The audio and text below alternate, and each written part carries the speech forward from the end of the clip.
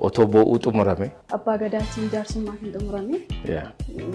Ati barataa afaan Ingiliffaatii akkamittiin diraamaa barreessee dheebuu irratti illee hirmaadheera. ati barsiisaadhas miti. Hojiin koo barsiisummaa ture. Diraamoleen afaan Oromoo dhedheeroon warreen akka Sakaallaa, Dheebuu, Hiree baay'ee isaanii turan. Cimina akkuma qaban hanqina qabu. Siifan maqaan diraamaa keessiifanii maqaan dhugaa keessiifan natti fakkaata.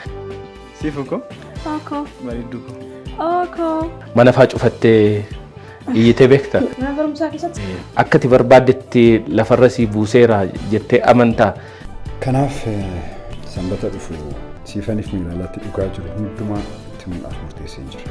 Namati baay'ee jaallatte eenyu? Chaadameerii jedhila. Gaafa yaadus gaafa godhusaa ta'e Karaarra faa yeroo deemtu maal faati si mudata? Maal faa siin jedhu? Maaltu jira seete kaayyoon kiyya inni guddaani. Kiitoodhaan laateettaa qoricha ishee.